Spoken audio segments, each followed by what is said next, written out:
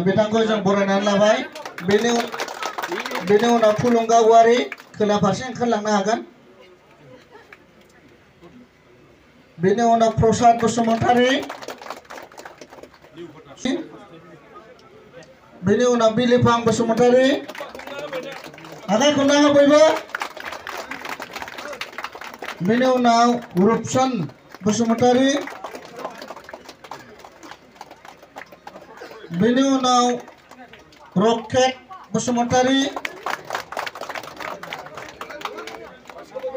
काली फुजा दुर्गा फुजायाव जुवा गेलेनो थाखाय हयथ' बिथाङा बे नोजोरजों बे बाथ्राखौ बुंनो हादों मानोना हाग्रामा फैबा जुवा जागोन काली फुजायाव मेला जागोन दुर्गा फुजायाव मेला जागोन मेला फैयोब्ला बिथाङा लाख लाख थाखा खामायनो हागोन जुवा गेलेनानै बेफोरनि बाथ्रा आरो माथो बिथांजोंलाय पलिटिक्सनि बाथ्रा रायलायनो जाम्बा मानसिजोंलाय खुलुमबाय आंनि सोरां वाल इउटिउब चेनेलाव आसामनि साफ्रोमबो आइ आफा आदा आगै आंनि गोसो गोरबोनि सिबिनाय खुलुमनायखौ आं हरबाय आङो आगोलनि बायदिनो मोनसे राजखान्थियारि बाथ्रा लानानै नोंथांमोनजों शेयार खालामनो होननानै आं फैदों नोंथांमोनहा मिथिगौ JBPFआ 2005 मायथाइयावनो मोनसे बर'नि मेलेमजिबि बुद्धिजीबिफोरजों सोरजिजानाय मोनसे राजखान्थियारि दोलो आरो बे दिनै गोरलै नंलिया गोबाव बोसोर 17 बोसोर 15 बोसोर बे BPF दोलोआ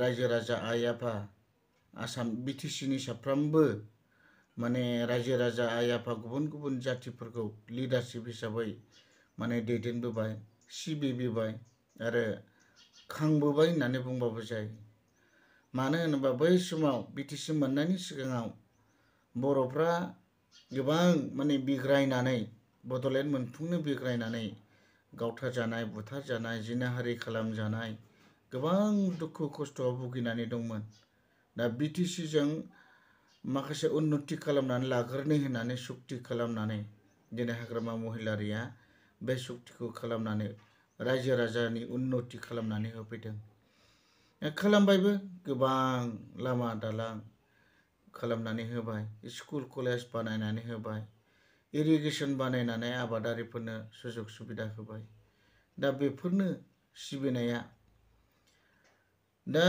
बेल' नङा दिनै आरो गोबां मावफुंनांगौ दं हा हुनि मोनथाय जों दिनै मोनफुंहोजोबनो हायाखै बेखौ एबाराव मावनांगोन बेबादिनो बायदिसिना गोबां बर' हारिनि आरो गुबुन गुबुन जातिफोरनि थाखाय खामानि मावनांगौ दं बेफोरखौ मावलांबाय थानांगोन दा बेनि थाखायनो दिनै UPPLआ 2020 मायथाइयाव 27 जानुवारियाव बिथांमोना BTCखौनो BTR नाम खालामनानै सुक्ति खालामनानै लाबोनानै बड'लेण्डनि मुङाव बेखौनो सुक्ति खालामनानै लाबोनानै दिनै रायजो राजाखौ थगायफैनानै BTCनिफ्राय गोहो गैसिनै मोनसे पावारलेस मोनसे सुक्ति खालामनानै लाबोनानै दिनै बिथांमोना बर' हारिखौ थगायगासिनो दङ दा थगायनानै बिथांमोना मा जाखो गावसोरनो सौदावजोब्बाय गावसोर सुक्ति खालामनानै लाबोनाय आरो सहि होनाय NDPखौनो बिथांमोना साबेसे बख'नो हाखो रावखौबो हादिया हा हुनि बायदिसिना माबा खालामनानै होदों बिथांमोना हा हु राननानै होबाय माबा माबि होनदों दा बिथांमोनाबो बेसेबां होनो हाखोदिया रायजो राजाफोर मिथिसिगौ बेनि बिसारखौ खालामगोन प्रमद बर'आ ओंखायनो होनदों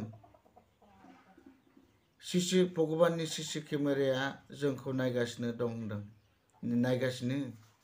बिथांखौ नायगासिनो दा नायनो थाखाय नायनानैनो दिनै नुदों बिथाङा फैगौ 2025नि जि BTC इलेक्सन जागोन बिथाङा CC केमेरानिफ्राय आउट जागोन बिथाङा दा ओंखायनो जोङो हारिखौ बेसे फोथायखेबस' खालामनो हानो रायजो राजा आइ आफा बिथांमोना खस्थ'जों भुगिबोनाय मानसि गाख्रेब जाबोनाय मानसि असमियाफोरजों सोबख'जानाय बर' हारि जों बेफोरनि संग्राम समयसाखौ जोङो बर' हारिया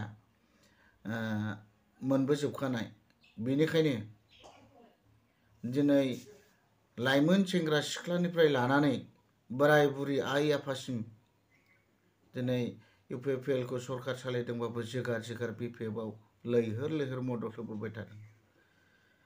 दा ओंखायनो आं बुंनो लुगैयो जायफोर दाबो UPPL आव दङ बुजिनांगौआ जोबोद दरखार। जों फैबाय थानाय समाव मोनसे गेरेमसा BTC दानो जौगाखां BTC दानो जोंहा गोनांथि दं।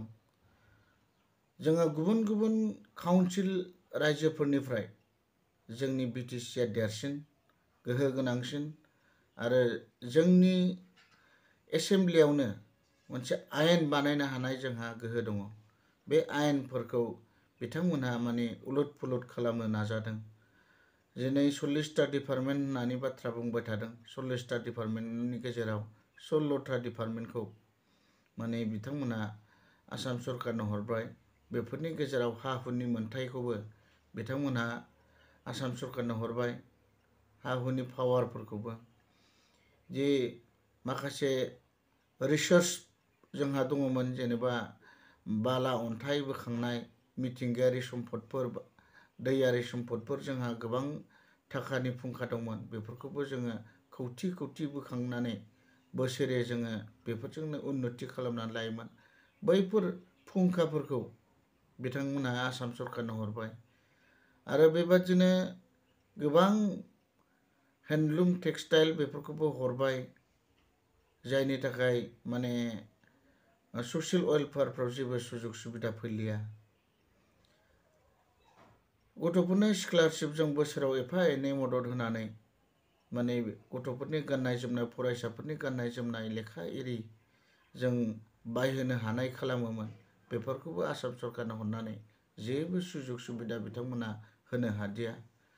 बेबादिनो गोबां माने आसाम सरकारनो हरनानै जोंनि BTC नि जि गोहोफोर बेखौ बिथांमोना पेरालाइसिस खालामना दोननाय बायदि दा गावसोरनो पेरालाइसिस जानाय बायदि जादों।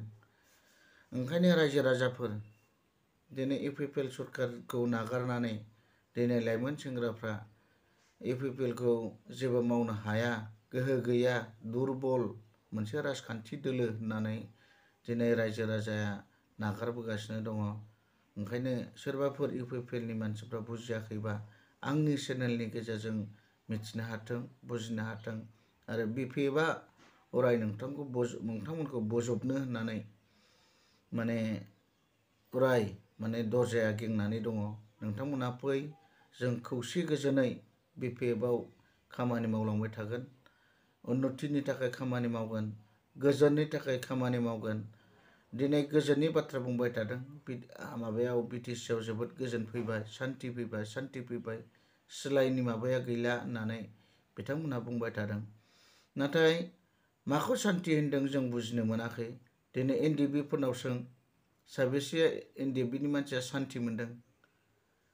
दिनै दखान सहराव सोंहै सान्ति मोनदोंना मोनाखै दखानदारफ्रा।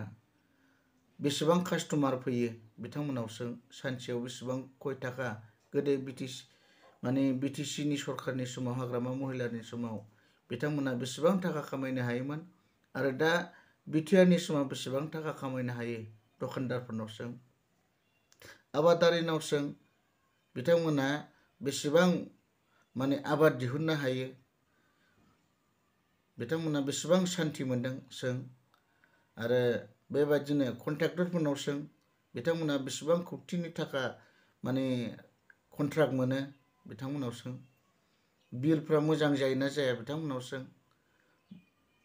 दा जेरैबो बिथिङाव बिथांमोना माने जेबो सान्ति लाबोनो हायाखै। सान्तिया सोरनावल' मोनदों होननानै बुङोबा प्रमद बर' फेरेंगा आरो उरखावगोरा बिथांमोनाल' मोनदों होननानै आं सानो। गुबुनखौ आङो मोनदों होननानै सान्ति दं होननानै आं सानाखै। मानो होनोबा उखिल मोसाहारिमोना बिथांमोना जेबोखौनो बुंनोबो हाया। बिथांमोनखौ आं सान्ति मोनदों होननानै आं सानाखै। जुदि सान्ति मोनदोंबा प्रमद बर'मोन बायदि बिथांमोना खोथा बुंगौमोन। बिआर फेरेंगा दानि रनजित बसुमतारी बायदि बिथांमोना खुगा सिगौमोन। बिथांमोना जेबो बुंनो हाया बुङाबो सान्तिखौ मोनाखै बिथांमोना।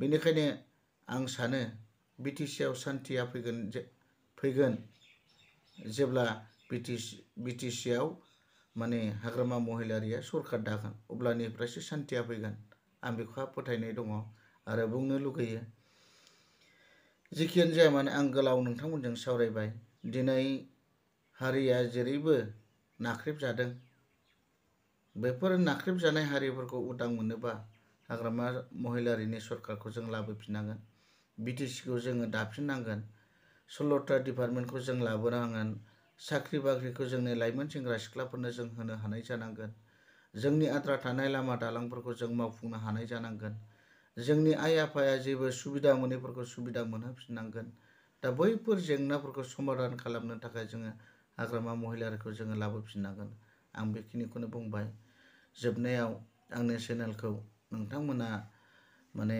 साबस्क्राइब खालाम शेयार खालाम बेल आइकनखौ थुनानै आंनि गोदान हगारबाय थानाय भिडिअखौ नोंथांमोना नायबाय था आंनि गोरोन्थिफोरखौ नोंथांमोननो जोबनायाव निमाहा बिहरनानै आंनि जि फंनैसो सावरायनाय आं बेखिनियाव फोजोबबाय होननानै फोजोबबाय जय बर' हारि जय बिटिसि